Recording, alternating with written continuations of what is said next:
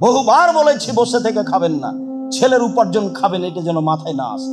যতদিন কাজ করে খেতে পারবেন ততদিন কাজ করে খাবেন, এ কথাই ঠিক। নিজ হাতে উপার্জন করে খেতে শিখুন। সবচেয়ে উত্তম খাদ্য দাউদ আলাইহিস সালাম নিজ হাতে উপার্জন করে খেতেন।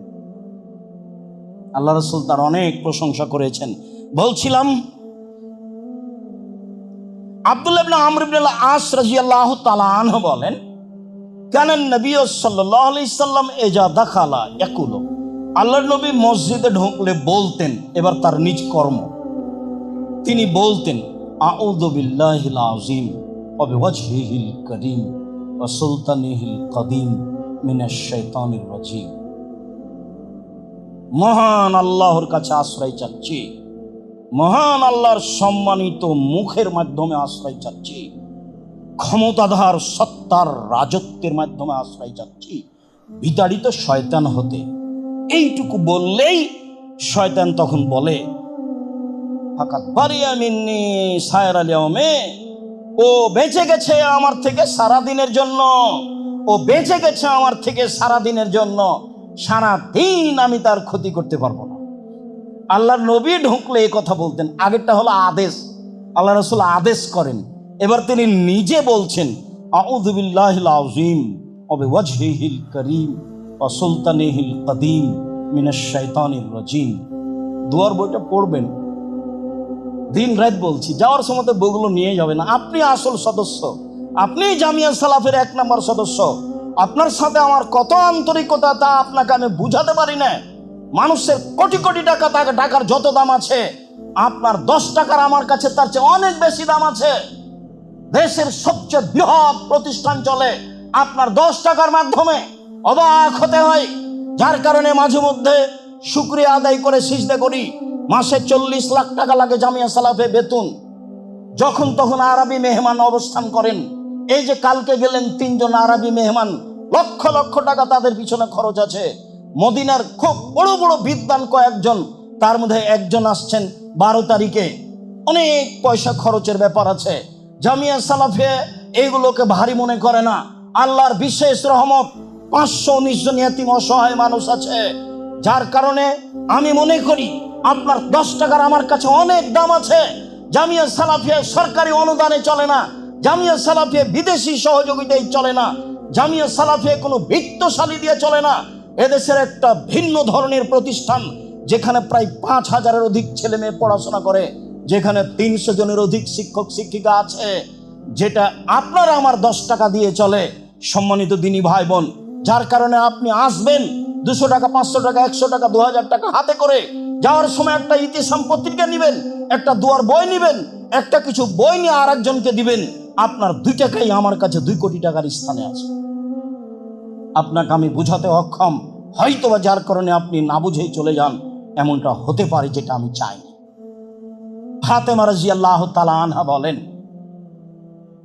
দাখালান নবী সাল্লাল্লাহু আলাইহি সাল্লাম ওয়া সাল্লাল্লাহু নবী সাল্লামা, আল্লাহর নবী মসজিদে ঢুকে দুরূদ পড়তেন। এই কথা ফাতেমা রাদিয়াল্লাহু তাআলা আনহা বলেন। তারপরে তিনি বলতেন, রব্বিক ফিরলি জুনুবি, হে আমার প্রতিপালক আমাকে ক্ষমা করো, ওয়াফতাহলি আবওয়াবা রাহমাতিক, তোমার রহমতের দরজা আমার জন্য খুলে দাও। বের হওয়ার সময় তিনি এটাই বলতেন। তবে বের হওয়ার সময়তে শেষ শব্দটা হলো ফাজলিক, এখন যাচ্ছি, তুমি আমার ফাজল অনুগ্রহ দিয়ে দাও। অন্য এক বর্ণনায় এসেছে, ফাতেমা রাদিয়াল্লাহু তাআলা আনহা বলছেন, আল্লাহর নবী ঢোকার সময় বলতেন, বিসমিল্লাহ ওয়াসসালামু আলা রাসূলিল্লাহ। তাহলে সব মিলে কি হবে? সব মিলে হলো এই, প্রথমে যেটা আছে, যেটা আদেশ, সেটা পড়েন, সমস্যা নেই, যেটা দিন রাত পড়ছেন। এরপরে যদি আপনি পড়তে চান তাহলে এভাবে, বিসমিল্লাহ ওয়াসসালামু আলা রাসূলিল্লাহ আউযু বিল্লাহিল আযীম ওয়া বিওয়াজহিহিল কারীম ওয়া সুলতানিহিল কাদীম মিনাশ শাইতানির রাজীম রব্বিক ফিরলি জুনুবি ওয়াফতাহলি আবওয়াবা রাহমাতিক। এই হলো ঢুকবেন, আবার বের হবেন তখন এইটা বলা যায়। যদি ভারী লাগে, আগে যা বলছিলাম তাই বলবো ইনশাআল্লাহ। আল্লাহুম্মা সাল্লি আলাইহি আল্লাহুম্মা বারিক। পৃথিবীর মানুষ মনে রেখো, নিশ্চয় মসজিদ সমূহ আল্লাহর ঘর, তোমরা আল্লাহর ঘরে অন্য কারো ইবাদত করো না। মানুষ মানুষের ইবাদত করে, এটা আজকে নতুন নয়, আগে থেকেই করে আসছে। মানুষ জিনকে মানুষকে আল্লাহর স্থানে সম্মান দিয়ে কথা ও কর্ম বাস্তবায়ন করে থাকে, যা আল্লাহকে খাটো করা হয় বলে আমরা একাধিক দিন অবগত হয়েছি। এ ব্যাপারে আবু সাঈদ খুদরি রাদিয়াল্লাহু তাআলা আনহু বলেন, রাসূল সাল্লাল্লাহু আলাইহি সাল্লাম বলেছেন, আল আরদু কুল্লুহা মসজিদ, সারা পৃথিবী সম্পূর্ণই মসজিদ। সারা পৃথিবীর সব জায়গাতেই সালাত আদায় করা যায়, ইল্লাল মাকবারা অল হাম্মাম, তবে কবরস্থানে যায় না এবং গোসলখানায় যায় না। কোনো কারণে নিরুপায় কেউ সেটা ভিন্ন কথা, তবে রাসূল সাল্লাল্লাহু আলাইহি সাল্লাম সারা পৃথিবীকে মসজিদ বলে ঘোষণা দেন। অবশ্যই মানুষ মসজিদে সালাত আদায় করবে, এ কথাই ঠিক। সময়ের গতিতে পৃথিবীর যে কোনো স্থানে সালাত আদায় করবে। সাথে সাথে কবরস্থানে সালাত আদায় করা কঠোরভাবে নিষেধ। জানাজার সালাত কবরস্থানে এমন জায়গায় আদায় করা যাবে না যেখানে কবর আছে, বা সালাত শুরু করলে কবর সামনের দিকে হবে, এমন জায়গায় সালাত আদায় করা যাবে না। কেন? জাবের রাদিয়াল্লাহু তাআলা আনহু বলেন, আল্লাহর নবী বলেছেন, লা তুসাল্লু আলাল কবুরে, পৃথিবীর মানুষ তোমরা কবরের উপরে সালাত আদায় করো না। ওয়ালা তুসাল্লু ইলাইহা, আর কবরের দিকে মুখ করে সালাত আদায় করো না। অন্য এক বর্ণনায় এসেছে, ওয়ালা তুসাল্লু বাইনাল কবুরে, কবরের মাঝে সালাত আদায় করো না। যেসব মসজিদের ভিতরে কবর আছে সেসব মসজিদে সালাত আদায় করা হারাম, না জায়েজ। সেসব মসজিদে সালাত আদায় করা যাবে না, যাবে না, এটাই চূড়ান্ত। যেসব জায়গায় সালাত আদায় করলে সামনের দিকে কবর আছে প্রমাণ হয়, সেসব মসজিদে সালাত আদায় করা যাবে না। যেসব মসজিদে পাশে কবর রয়েছে সেসব জায়গাতেও সালাত আদায় করা যাবে না। তবে কবর যদি নিজস্ব জমিতে হয় আর মসজিদ যদি অক্ষ হয়, তাহলে মসজিদ ও কবরের মাঝে একটু অতিরিক্ত প্রাচীর থাকতে হবে, যেটা মসজিদের দেওয়াল থেকে ভিন্ন, যেটা কবরের ঘেরা থেকে ভিন্ন। অতিরিক্ত একটি প্রাচীর দিয়ে কবর থেকে মসজিদকে ভিন্ন করে নিতে হবে। আশা যে বিষয়টি আমাদের কাছে দিনের মতো স্পষ্ট হয়েছে। ভবিষ্যতে কোনো দিন কোনো জায়গায় যদি সালাত আদায় করে নিই, তারপরে বুঝতে পারি যে অত্র মসজিদে কবর আছে, বা পাশে কবর আছে, বা সামনে কবর আছে, তাহলে সেই সালাত আবারও পড়তে হবে। ভালোভাবে মনে রাখতে হবে। আপনি মনে রাখবেন, আরও দিনই ভাই বোনকে বলবেন। যত দিন কথা স্মরণ থাকবে ততদিন আর একজনকে সময় সুযোগে বলতে থাকবেন। এটাই আল্লাহর নবীর আদেশ। আশা যে সকলেই পালন করবেন। ঢাকা শহরের অনেক মসজিদের ভিতরে কবর আছে, যা আপনাদের জানা কথা। সবাই পড়ছে যে এর উত্তর আমাকে আপনাকে দিতে হবে না, সালাত হবে না, এ কথাই ঠিক। এ নিয়ে আর নতুন কিছু বলার নেই। আবু হুরায়রা রাদিয়াল্লাহু তাআলা আনহু বলেন, রাসূল সাল্লাল্লাহু আলাইহি সাল্লাম বলেছেন, সাল্লু ফি মারাবিজিল গানাম, যেখানে ছাগল বাঁধা থাকে সেখানে সালাত আদায় করতে পারো, আদেশ করলেন। আর বললেন, ওয়ালা তুসাল্লু ফি আতানিল এবেল, যেখানে উট বাঁধা থাকে সেখানে সালাত আদায় করো না। হাদিস সহিহ। রহস্য কি? রহস্য হলো এই যে উট হলো ভয়াবহ প্রাণী। আপনি সেখানে সালাত আদায় করবেন, বিষয়টি আপনার জন্য নিরাপদ নয়। সেই জন্য থাকলো আর একটি কথা, যে ছাগল বাঁধা জায়গায় সালাত আদায় করব আদেশ করলেন, তো ছাগলের পেশাবের ব্যাপার আছে, যে তো সেটা পূর্বের কথা আবারও মনে রাখা ভালো হয়। আসলে আমি কাপড় গাভীর পেশাবে ভিজিয়ে সালাত আদায় করতে বলিনি, তা ছিল একটা পরিস্থিতি। চাঁপাইনবাবগঞ্জের পল্লী এলাকায় বক্তব্য দিচ্ছিলাম। মহিলারা সাধারণত বাড়ির পিছন দিকে সমতল জমিতে পেশাব করতে বসে, পানি ছিটে এসে গায়ে কাপড়ে লাগে। এই কাপড়ে সালাত হবে না, কেননা মানুষের পেশাব ভয়াবহ, মানুষের পেশাবের কারণেই কবরের শাস্তি হয়, এই কথা আল্লাহর নবী বলেন। পক্ষান্তরে হালাল পশু প্রাণীর পেশাবের কথাটা বলা হয়েছিল এইভাবে, যা মৌলিক উদ্দেশ্য ছিল না। একাধিক হাদিস রয়েছে যে আল্লাহর নবী ওই লোকগুলোকে বললেন, যাও তোমরা সাদা কারুঁড় যেখানে বাঁধা আছে ওখানে যাও, ওখানে থাকো, উটের দুধ খাও, পেশাব খাও। তা ছিল ওরানা ওকাইল গোত্রের লোকেরা। ওদের মদিনার আবহাওয়া অনুকূলে হয়নি, পেট ফুলে গেছিল। তখন তিনি তাদেরকে উটের পেশাব খেতে বলেছিলেন আর দুধ খেতে বলেছিলেন, যাতে তারা ভালো হয়ে গেছিল। অবশ্যই অপবিত্র হলে পৃথিবীর এত বড় মানুষ খেতে বলতেন না। হাদিস বুখারী মুসলিম। বিবেচনার সুযোগ মানুষের নেই, সুযোগ বিবেচনা করতে হবে না, দাম নেই, যা আছে তাই। যেখানে এরকম ভাবা যায় সেখানে ভাবতে হবে, এখানে নয়। তারপরে তিনি বললেন, ছাগল বাঁধার জায়গায় সালাত আদায় করো। তার মানে ছাগলের পেশাব যদি থাকে, সেই জায়গা যদি শুষ্ক হয়ে যায়, সালাত আদায়ের উপযুক্ত হয়, তাহলে ওই পেশাবের কারণে আপনার সালাতের কোনো সমস্যা নেই।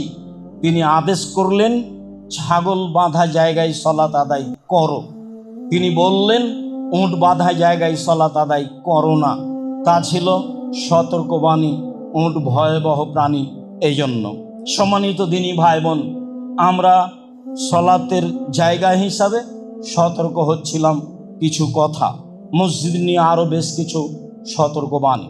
আমর ইবনে শুআয়ব আন আবিহি আন জাদ্দিহি, আমর ইবনে শুআয়ব তার পিতার মধ্যস্থতায় তার দাদা থেকে বর্ণনা করেন। তার দাদা বলেন, নাহা রাসূলুল্লাহ সাল্লাল্লাহু আলাইহি সাল্লাম আন তানাসুদিল আসার ফিল মসজিদ ওয়াই ইয়াবিয়া ওয়া ইয়াশতারিয়া ফিহে। মসজিদে কবিতা গাওয়া নিষেধ। নিতান্তই যদি কবিতায় কোনো কল্যাণমূলক কথা থাকে তাহলে মসজিদে বলা যাবে। তাছাড়া যাতে কোনো কোরআন হাদিসের কথা নেই, এমনি গান গাজাল বা কবিতা, এই সব কিছু মসজিদে পড়া যাবে না, আল্লাহ রাসূল নিষেধ করলেন। তিনি বললেন, মসজিদে ক্রয় বিক্রয় করা যাবে না। তিনি বললেন, মসজিদে এমন একটি জায়গা, ইউতাহাল্লাকান নাসে ইয়াউমাল জুমআ কাবলা সলাতে, সলাতের পূর্বে মসজিদে গোল হয়ে বসা যাবে না, পরবর্তীতে কোনো কিছুর কারণে বসা যেতে পারে। সলাতের পূর্বেই খুতবা চলাকালীন বা সলাত চলাকালীন গোল হয়ে মানুষ 5-7 বসে কথা বলবে, এমন কর্মকে রাসূল সাল্লাল্লাহু আলাইহি ওয়াসাল্লাম নিষেধ করেন। আবু হুরায়রা রাদিয়াল্লাহু তাআলা আনহু বলেন, রাসূল সাল্লাল্লাহু আলাইহি সাল্লাম বলেছেন, এজা রাআইতুম আইয়াবিয়া আয়াবতা ফিল মসজিদ ফাকুলু লা আরবাহাল্লাহু তিজারাতাক।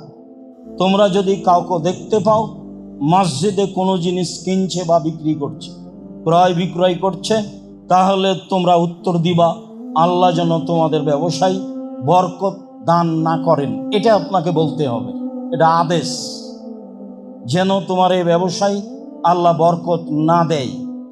তিনি বললেন তারপরে, ওয়া ইন রাআইতুম আয়ানসুদা যাল্লাতা ফাকুলু লা রাদ্দাহাল্লাহু আলাইকা।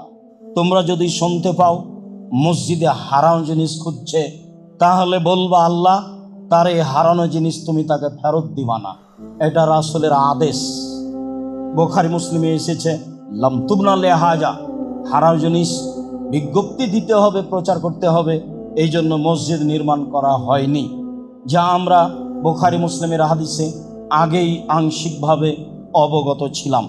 তাতে আমরা এ কথা অবগত হয়েছিলাম যে মসজিদে মরা মানুষের সংবাদ প্রচার করা যাবে না, মসজিদের মাইকিং করা যাবে না। কেন? সেটা হলো জাহেলি প্রথা। মরা মানুষের মরার সংবাদ দিতে হবে, হাদিস বুখারী মুসলিম। আবার মরা মানুষের মরা সংবাদ প্রচার করা নিষেধ, এটাও বুখারী মুসলিম। তাহলে সমাধা কি? যেটা জাহেলিয়াতের যুগের সাথে মিল খাবে।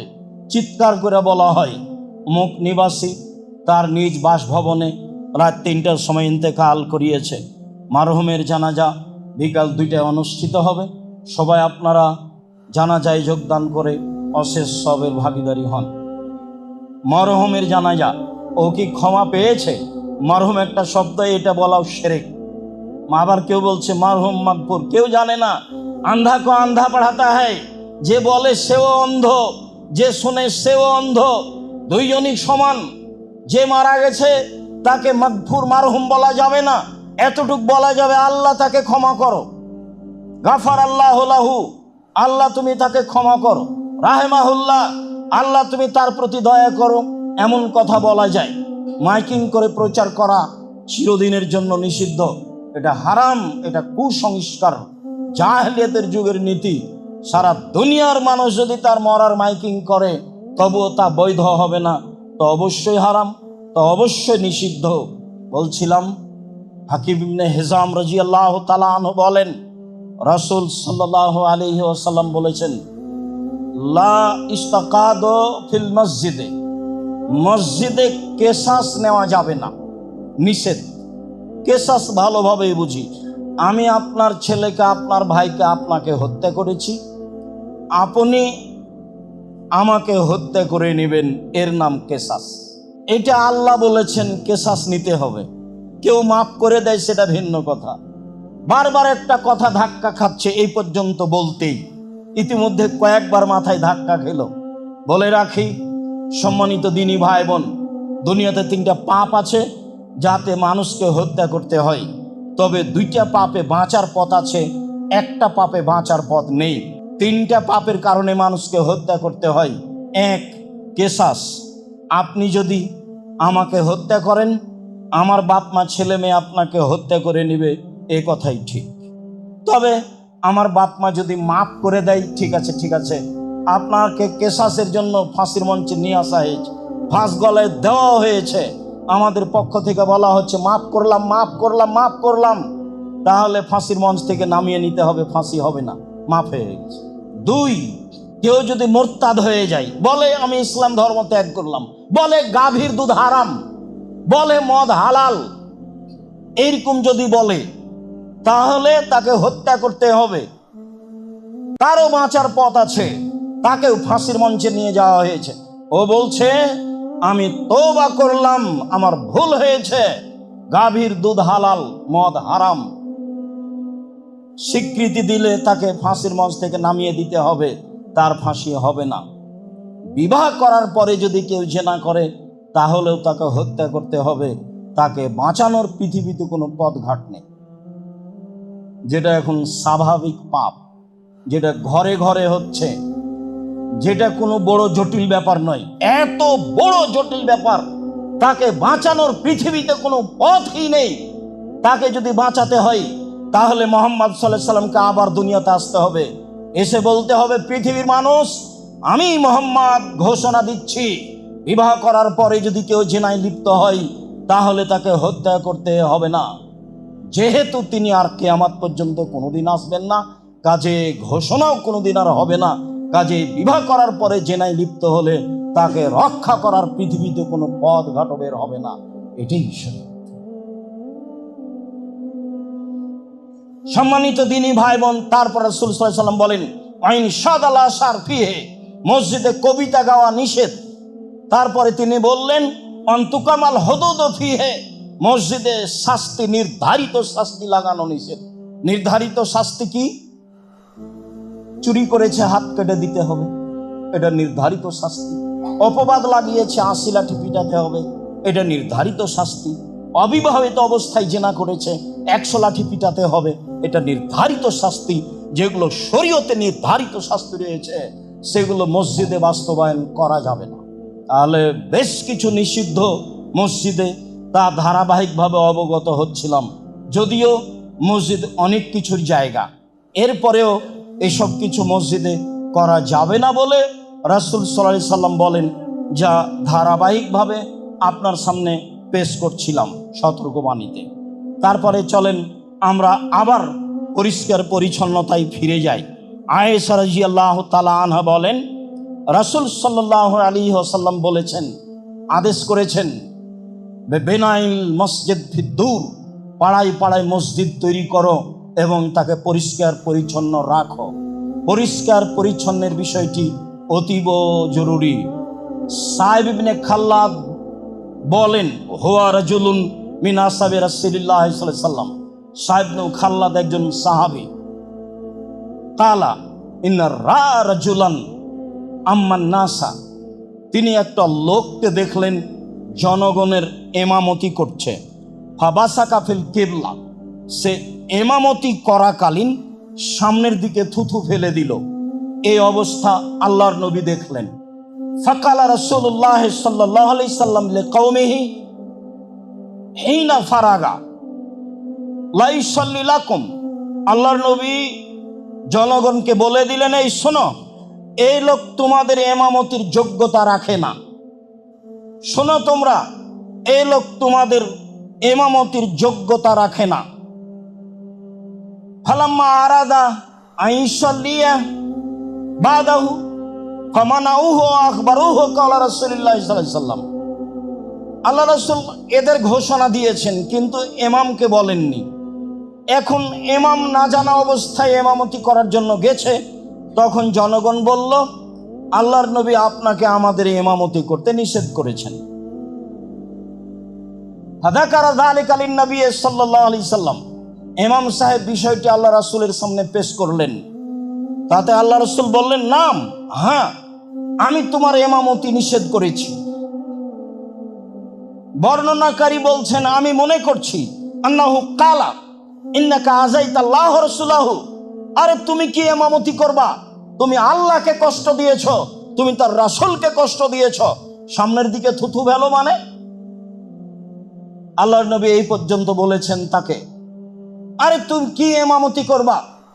তুমি সামনের দিকে থুথু ফেলে আল্লাহকে কষ্ট দিয়েছ, আল্লাহর রাসূলকে কষ্ট দিয়েছ। এরকম কাজ আল্লাহকে কষ্ট দেওয়া যায়? এ কথা আল্লাহর নবী বলছেন, জি। মানুষ যদি যুগকে গালি দেয় তাহলে আল্লাহকে কষ্ট দেওয়া হয়। যদি মানুষ আর একজনকে আল্লাহর জায়গায় বসিয়ে দেয় তাহলে আল্লাহকে কষ্ট দেওয়া হয়। এই কথা আল্লাহ রাসূল বলেছেন, ইয়াসুব্বুনি ইবনু আদম ও ইয়াসুব্বুদ্দাহারা, ইবনু আদম, আদমের ছেলে মেয়ে আমাকে কষ্ট দেয়, ওরা যুগকে গালি দেয়। ওয়ানা দাহারো, আমি নিজেই হচ্ছে যুগ।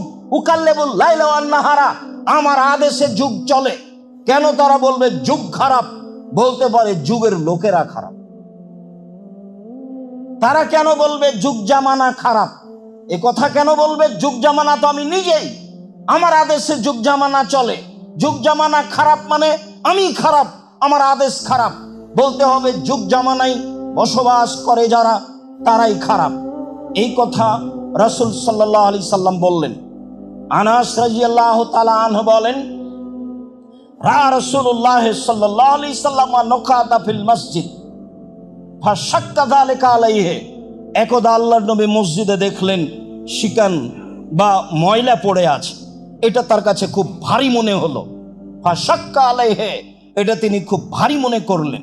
সুম্মা কামা, তারপরে তিনি দাঁড়ালেন। ফাহাক্কাহু বিয়াদিহি, নিজ হাতে ময়লা পরিষ্কার করলেন। আল্লাহ নবী নিজেও মসজিদ পরিষ্কার করেছেন, নিজ হাতে মসজিদ পরিষ্কার করলেন। লোকের অভাব ছিল না। আবু হুরায়রা আছে, পেট ভাত্তা মাওলানা, মসজিদে পেট চাপা দিয়ে পড়ে আছে। মানুষেরা তার গায়ে পা দিয়ে চলে যায়, তারা তার দাম দেয় না। 24 ঘন্টা অপেক্ষা আছেন আল্লাহর নবী কখন কি বলবেন এটা শোনার জন্য। আল্লাহ রাসূল নিজে হাতে পরিষ্কার করলেন। তারপরে বললেন, ওয়ান্নার রাজুল ফাসাল্লা, মানুষ সালাত আদায় করে, ফাইন্না মাইনাজি রাব্বাহু, যখনই সালাত আদায় করে তখন সে চুপে চুপে আল্লাহর সাথে কথা বলে। ফাইন্না রাব্বাহু বাইনাহু ওয়া বাইনাল কিবলা, তার প্রতিপালক থাকেন তার মাঝে আর তার কেবলার মাঝে, তার প্রতিপালক থাকেন তার মাঝে আর তার কেবলার মাঝে। তাহলে সামনের দিকে থুথু দিলে তো আল্লাহকে কষ্ট দেওয়া হবেই, সামনে তো আল্লাহ আছেন। এর অর্থ এই নয় যে আল্লাহ সব জায়গায় বিরাজমান। আল্লাহ তার স্থান থেকেই আপনার সামনে অবস্থান করছেন। আপনি সামনে থুথু দিলে তাকে কষ্ট দেওয়া হবে, এ কথাই ঠিক। তিনি বললেন, ফালাইয়াবযুকান্না আহাদুকুম কিবলাতা কিবলাতিহি কিবলা কিবলাতিহি, অবশ্যই তোমাদের কোনো ব্যক্তি যেন সামনের দিকে থুথু না ফেলে। ফালিয়াবযুকান ইয়াসারিহি, প্রয়োজন হলে বামে ফেলবে। আও তাহাতা কাদামিহি, প্রয়োজন হলে পায়ের নিচে ফেলবে। সুম্মা আখাজা রিদাহু তারাফা রিদাইহি, তারপর তিনি তার চাদরের এক পাশ ধরলেন। ফাবাসাকা ফিহে, তার গায়ের চাদরের এক অংশ ধরে সে অংশে থুথু দিলেন। সুম্মা রাদ্দা বাজুহালা বাজিন, তারপর একটা আরেকটার সাথে জড়িয়ে এইভাবে হাত দিয়ে ডলে দিলেন। একটা আরেকটার সাথে জড়িয়ে এইভাবে হাত দিয়ে ডলে দিলেন। তিনি বললেন, ওয়াফালো হাকাদা, অন্যথায় এমনটা করবে।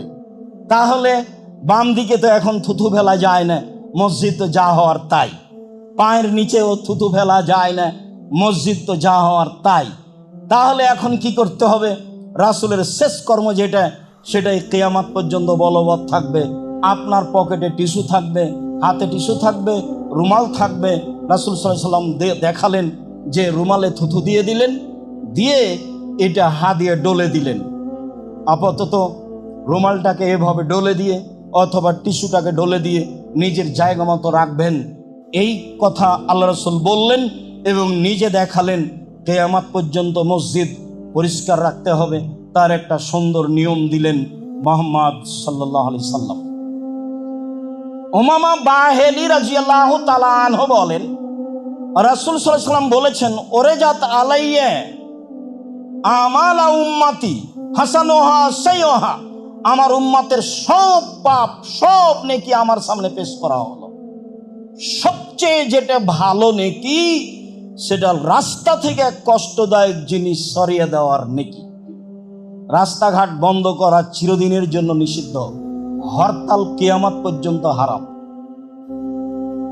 রাস্তাঘাট বন্ধ, কোনো এমপি মন্ত্রীর জন্য রাস্তাঘাট বন্ধ রাখা কিয়ামত পর্যন্ত নিষেধ। খুব ভালোভাবে মনে রাখবেন, একাধিক হাদিস, দুই একটা নয়।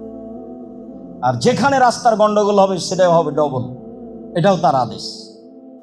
রাস্তার গন্ডগোল হলেই তা ডবল হবে। তাহলে সেই কালে মরুভূমির মানুষ, আরে সবই রাস্তা, সারা পৃথিবী বিরান পড়ে আছে আজও। যান ১৫০০ বছর পরে গিয়ে দেখেন সারা পৃথিবী ফাঁকা, গোটা দেশ ফাঁকা, ঘন্টার ঘন্টা গাড়ি চলে, কোনো বাড়ি ঘর নেই। রাস্তার সমস্যা তো আমাদের দেশে, ঘনবস্তি। মনে হচ্ছে যে তিনি আমাদের দেশে, আমাদের বাড়ি, আমাদের এলাকা দেখেছেন, দেখে এরকম আদেশ করছেন, ভাবে মনে হচ্ছে। সম্মানিত দিনী ভাই বোন, তিনি বললেন, আমার কাছে সবচেয়ে যেটা খারাপ পাপ পেশ করা হলো, সেটা হলো মসজিদে ময়লা পড়ে আছে, তা পরিষ্কার করা হলো না। এই পাপ আমার কাছে সবচেয়ে খারাপ। পরিষ্কারের বিষয়টি খুব ভালোভাবে যারা আপনারা মসজিদের তদারকি করেন, দেখাশোনা করেন, সভাপতি হিসাবে, মুতাওয়াল্লি হিসাবে, সেক্রেটারি হিসাবে, মসজিদে ঢোকার সাথেই আপনি বারান্দা থেকে দেখা শুরু করবেন মসজিদের অবস্থা কি, ঝকঝকে হয়ে আছে কিনা, পরিষ্কার ঠিক আছে কিনা, মাদুর ঠিক মতো আছে কিনা, সবকিছু সাজানো গোছানো কিনা, সব আপনাকে তদন্ত করতে হবে। এর নাম দায়িত্বশীল। সম্মানিত দিনী ভাই বোন, মসজিদে ঢুকলে দুয়ার কয়েকটি পদ্ধতি। ওসাইদ রাদিয়াল্লাহু তাআলা আনহু বলেন, আল্লাহ নবী বলেছেন, এজা দাখালা আহাদুকুমুল মাসজিদা ফালিয়াকুল আল্লাহুম্মা আফতাহ লি আবওয়াবা রাহমাতিক। এটা তিনি আদেশ করলেন, কেউ যদি মসজিদে ঢোকে তাহলে সে যেন বলে, আল্লাহুম্মা আফতাহ লি আবওয়াবা রাহমাতিক, তোমার রহমতের দরজা আমার জন্য খুলে দাও। ওই যা খারাজা মিনহু, আর যখন বের হবে ফালিয়াকুল, সে যেন বলে, আল্লাহ নবী আদেশ করলেন, আল্লাহুম্মা ইন্নী আসআলুকা মিন ফাজলিক, আমি তোমার অনুগ্রহ চাচ্ছি। ব্যবসা বাণিজ্য, দোকান খুলছি, টাকা পয়সা বেশি করে দাও, দোকানে লস হয় না যাবে। সলাতে এসেছিলাম, দরজা রহমতের খুলতে বলেছি, আর এখন যাচ্ছি, বলছি ফাজল দিয়ে দাও, দোকান খোলার সাথে সাথে যেন মানুষজন আসে, বিক্রি হয় যেন বেশি। মনে একটু ভাববেন, ও তো ফাজল, ও তো এভাবে বুঝেননি, কোনোদিন খেয়াল করেননি। মানে এখন তো চলে যাচ্ছি, ফাজল যাচ্ছি। ফাজল কি?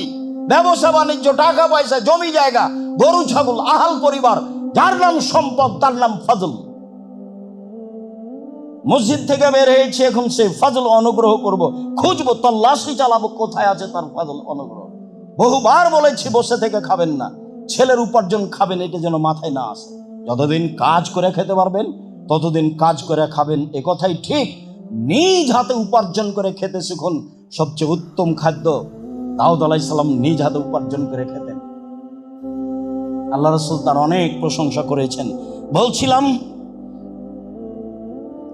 আব্দুল্লাহ ইবনে আমর ইবনে আস রাদিয়াল্লাহু তাআলা আনহু বলেন, কানান নবী সাল্লাল্লাহু আলাইহি সাল্লাম ইজা দাখালা ইয়াকুলু, আল্লাহর নবী মসজিদে ঢুকলে বলতেন, এবার তার নিজ কর্ম, তিনি বলতেন, আউযু বিল্লাহিল আযীম ওয়া বিওয়াজহিহিল কারীম ওয়া সুলতানিহিল কাদীম মিনাশ শাইতানির রাজীম।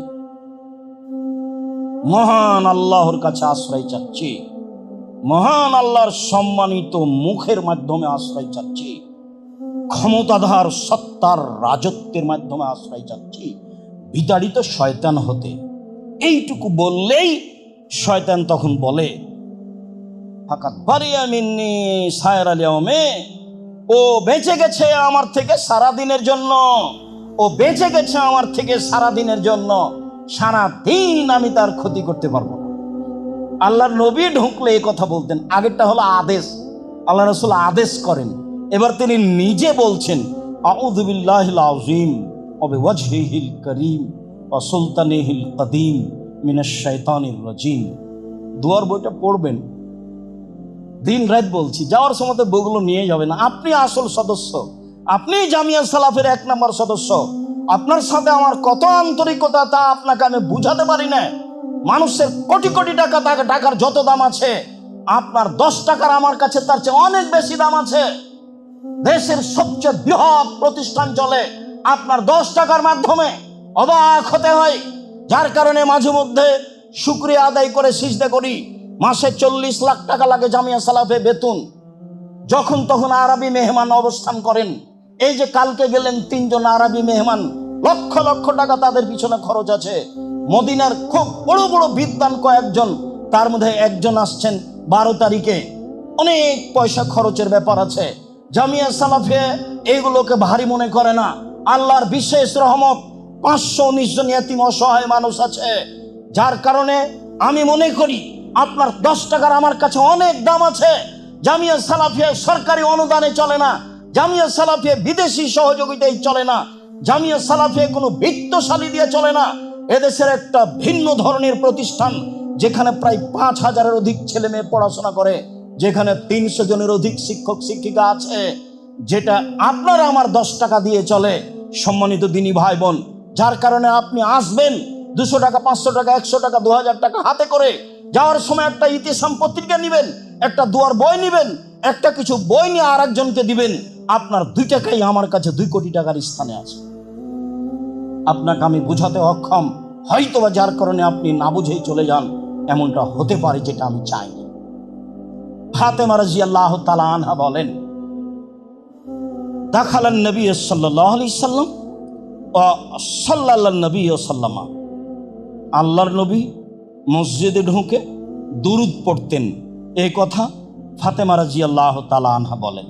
তারপরে তিনি বলতেন, রব্বিক ফিরলি জুনুবি, হে আমার প্রতিপালক আমাকে ক্ষমা করো, ওয়াফতাহলি আবওয়াবা রাহমাতিক, তোমার রহমতের দরজা আমার জন্য খুলে দাও। বের হওয়ার সময় তিনি এটাই বলতেন।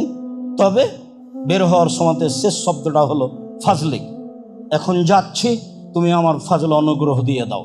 অন্য এক বর্ণনায় এসেছে, ফাতেমা রাদিয়াল্লাহু তাআলা আনহা বলছেন, আল্লাহর নবী ঢোকার সময় বলতেন, বিসমিল্লাহ ওয়াসসালামু আলা রাসূলিল্লাহ। তাহলে সব মিলে কি হবে? সব মিলে হলো এই, প্রথমে যেটা আছে, যেটা আদেশ, সেটা পড়েন, সমস্যা নেই, যেটা দিন রাত পড়ছে। এরপরে যদি আপনি পড়তে চান তাহলে এভাবে, বিসমিল্লাহ ওয়াসসালামু আলা রাসূলিল্লাহ, আউযু বিল্লাহিল আযীম ওয়া বিওয়াজহিহিল কারীম ওয়া সুলতানিহিল কাদীম মিনাশ শাইতানির রাজীম, রব্বিক ফিরলি জুনুবি ওয়াফতাহলি আবওয়াবা রাহমাতিক। এই হলো ঢুকবেন, আবার বের হবেন তখন এইটা বলা যায়। যদি ভারী লাগে আগে যা বলছিলাম তাই বলবো ইনশাআল্লাহ। আল্লাহুম্মা সাল্লি আলাইহি আল্লাহুম্মা বারিক। আলহামদুলিল্লাহি ওয়াহদা সালাতু ওয়াসসালামু আলা মান লা নাবিয়্যা বাদা। বুরায়দা রাদিয়াল্লাহু তাআলা আনহু বলেন, রাসূল সাল্লাল্লাহু আলাইহি সাল্লাম বলেছেন, বাশশিরিল মুসাইনা ফিদ দুলামি ইলাল মাসাজিদ। মুহাম্মদ সাল্লাল্লাহু আলাইহি সাল্লাম পৃথিবীর মানুষকে সুসংবাদ দিয়ে দেন, যারা রাতের অন্ধকারে মসজিদে যায় বিচারের মাঠ তাদের জন্য পূর্ণ আলো থাকবে। পৃথিবীর মানুষ রাসূলের এই কথা মনে রাখা ভালো হবে। আল্লাহর নবী বলেন, পৃথিবীর মানুষ সুসংবাদ গ্রহণ করো, রাতে যারা অন্ধকারে পায়ে হেঁটে মসজিদে যাও তোমাদের জন্য বিচারের মাঠ থাকবে পূর্ণ আলো। আবু হুরায়রা রাদিয়াল্লাহু তাআলা আনহু বলেন, আমি রাসূল সাল্লাল্লাহু আলাইহি সাল্লামকে বলতে শুনেছি, ইজা যা মসজিদে হাজা, কেউ যদি আমার এই মসজিদে নববীতে আসে, লা ইয়াতিহি ইল্লা লিখাইরিন, আসে কল্যাণের জন্য, ইউআল্লিমুহু আও ইয়াতাআল্লামুহু, কিছু কথা শিখে না হয় শিখায়, কিছু কথা শিখে কোরআন হাদিস না হয় শিখে। হুয়া বেমানজিলাতিল মুজাহিদ ফি সাবিলিল্লাহ, আল্লাহর পথে জিহাদ করলে যে নেকি হয়, মসজিদে এসে একটি হাদিস একটি আয়াত শিখলে বা শিখালে সে নেকি হয়। এই কথা মুহাম্মদ সাল্লাল্লাহু আলাইহি ওয়াসাল্লাম। ওমান জালে গায়রিহি, কেউ যদি এছাড়া অন্য কোনো উদ্দেশ্যে আসে, ফাহুয়া বিমানজিলাতির রাজুলে ইয়ানজুরু ইলা গায়রি মাতাইহি, সে যেন ওই মানুষের মতো যে অন্য মানুষের ব্যাগ বক্তার দিকে খালি তাকায়, যে লোকটার ব্যাগটা কত বড়, লোকটার ব্যাগে যে কি কি আছে বোঝা গেল না। মনে হয় আল্লাহ নবী কি বললেন? আল্লাহ নবী বললেন, কেউ যদি মসজিদে এসে একটা আয়াত পড়ে বা পড়ায়, তাহলে সে আল্লাহর পথে জিহাদ করলে যে নেকি হয় সে নেকি পাবে। আর যে ব্যক্তি এরকম কোনো কাজে মসজিদে আসে না, সে হলো অন্যের ব্যাগ বক্তার দিকে তাকানোর মতো। একটা মানুষের ব্যাগের দিকে আমি তাকালাম, লাগেজের দিকে তাকালাম, তারপর কি হবে আমার? কিছুই না। মানে আমার মসজিদে আসার পিছনে একটা উদ্দেশ্য থাকতে হবে, একটা হাদিস শিখবো, না হয় কাউকে শিখাবো, না হয় একটা আয়াত পড়বো, না হয় একটা পড়াবো। উকবা ইবনে আমির রাদিয়াল্লাহু তাআলা আনহু বলেন, খারাজা রাসূলুল্লাহ সাল্লাল্লাহু আলাইহি ওয়াসাল্লাম ফি আহলি সুফফা, একদা আল্লাহর নবী বাড়ি থেকে বের হলেন, আমরা মসজিদের সুফফাদের আহলুস সুফফাদের সাথে বসেছিলাম, যাদের লজিং ছিল না, যাদের কাপড় চোপড় পরার মতো ছিল না, এদের সামনে বসে আছি। আল্লাহ রাসূল বললেন, এসেই আইয়ুহব্বা আহাদুকুম আইয়াকদুআ ইলা বাথানা বিল আকিক ফায়াতি বিনাকাতাইন কাওমাইনে বেগাইরে ইসমিন আল্লাহ কাতি রাহিমিন। সঙ্গী সাথী শোনো, কেউ যদি বাথা বাজারে যায়, কেউ যদি কথার কথা ঢাকা কাওরান বাজারে যায়, গিয়ে দুইটা উট পায়, মোটা তাজা, এমনিতে, চুরিও নয়, আঘাত করেও নয়, ডাকাতি করে নেই, এমনিতেই পাই, তাহলে সে যাবে কি? সেদিকে এটা ভালোবাসে? তো সাহাবীগণ বলছেন, আল্লাহ রাসূল কুল্লুনা নুহিব্বু যালিকা, সবাই ভালোবাসে, সবাই ভালোবাসে, কে না চায় না?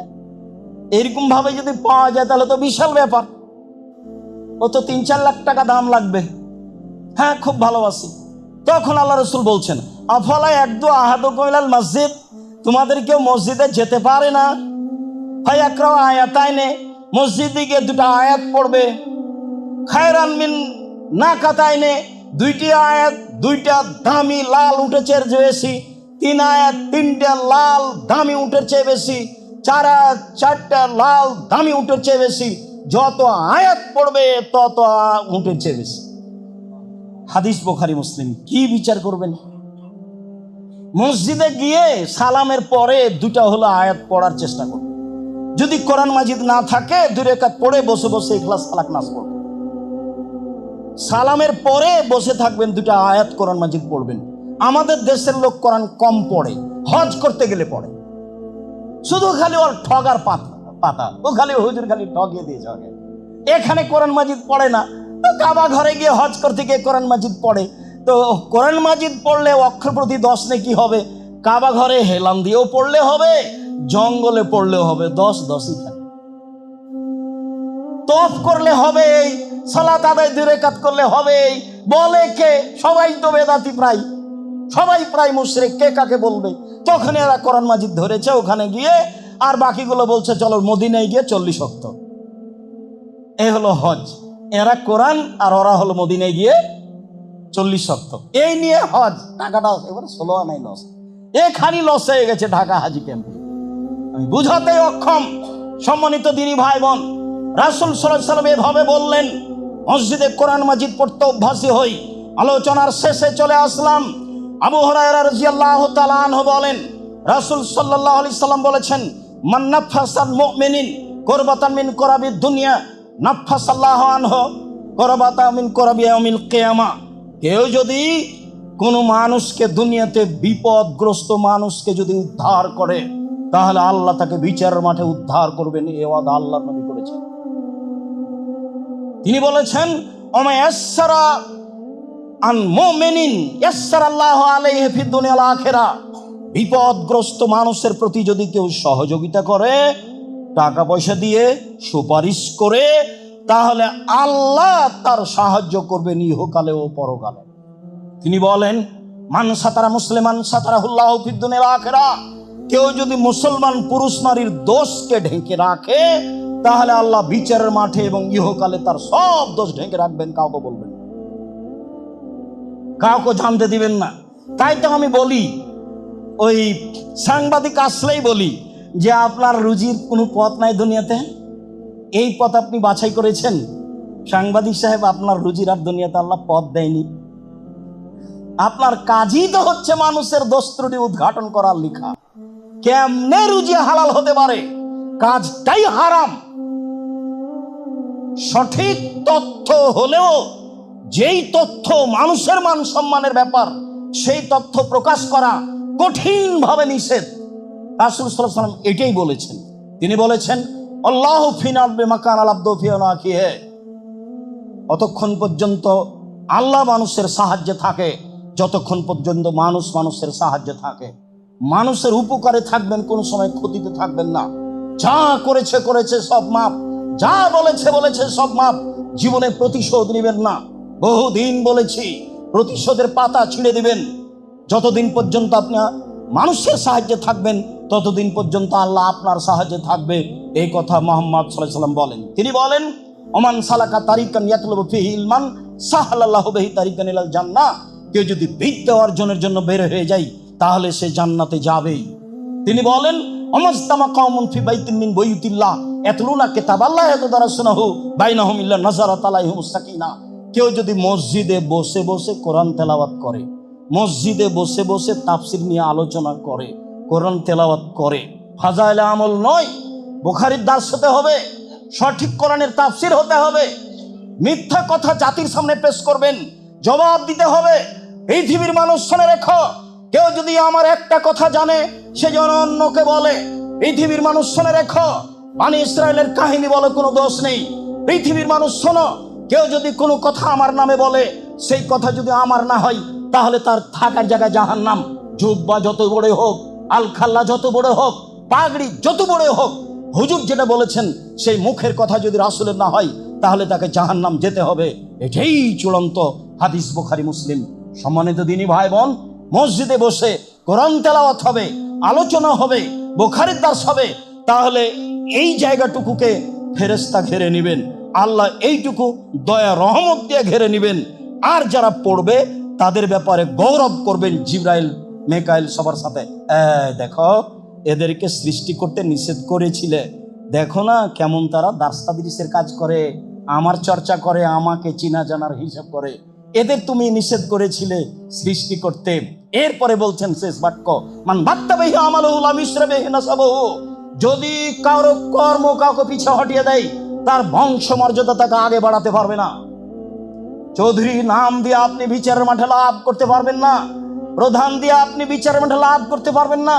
ভাবি বাপ অনেক বড় মানুষ, সেই জন্য আপনার কোনো কাজে আসবে এই কথা নয়। আল্লাহ রাসূল বলছেন, কাউকে যদি কারো কর্ম যদি কাউকে পিছে হটিয়ে দেয়, বংশ মর্যাদা তাকে আগে বাড়াতে পারবে না। এই কথাই ঠিক। সম্মানিত দিনী ভাই বোন, মসজিদে কোরআন তেলাওয়াত করব, মসজিদে দিনী আলোচনা করব, মসজিদে রাসূলের সঠিক কথাগুলি বলার চেষ্টা করব। এটা আমাদের চেষ্টা করতে হবে, নিজ পাড়ায় চেষ্টা করতে হবে, ব্যবস্থা করতে হবে। যারা দায়িত্বশীল তাদেরকে করতে হবে। সম্মানিত দিনী ভাই বোন, আজকে মসজিদের আলোচনা এই পর্যন্ত শেষ করে আমি শেষে আপনাকে আবারও বলছি, আপনি অবশ্যই জামিয়া সালাফের কথাটা মনে রাখবেন। আপনি 500 টাকা, 200 টাকা, 5 টাকা, 1 টাকা হলেও কোটাটায় দিয়ে যাবেন। আপনিই হচ্ছেন আসল ব্যক্তি জামিয়া সালাফিয়ার। কাজে কোনো সময় আপনি নিরাশা হবেন না, মনটা খারাপ করবেন না, মনটা সংকুচিত করবেন না, কম হোক আর বেশি হোক। সাথে সাথে রাসূলের এই বলা কথাগুলি নিজের জীবনে বাস্তবায়ন করার চেষ্টা করবেন। আল্লাহ আমাদের যারা মারা গেছে, তুমি তাদের কবরের শাস্তি মাফ করো।